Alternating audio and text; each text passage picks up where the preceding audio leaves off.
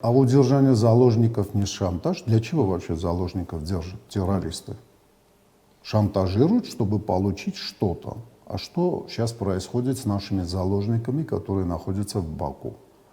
С их помощью оказывается давление, если не на власти напрямую, то на общество, в надежде, что еще больше раздрай будет в обществе, а чем меньше сплоченности во внешней политике в обществе, чем меньше сплоченности в плане угроз, исходящих извне в обществе, тем легче, так сказать, уговорить наших переговорщиков, наших дипломатов на еще какие-то уступки.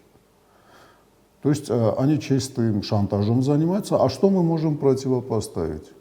Ну, как минимум, политические бонзы, там, руководители различных крыльев, парламентских, непарламентских, чтобы они собрались, что-то вроде конференции, под эгидой человека, который, скажем, если и как-то участвует вот в этих процессах, тем не менее он относительно авторитетен. И заставить этих людей, в буквальном смысле заставить, как в свое время заставляли выбирать римского папу.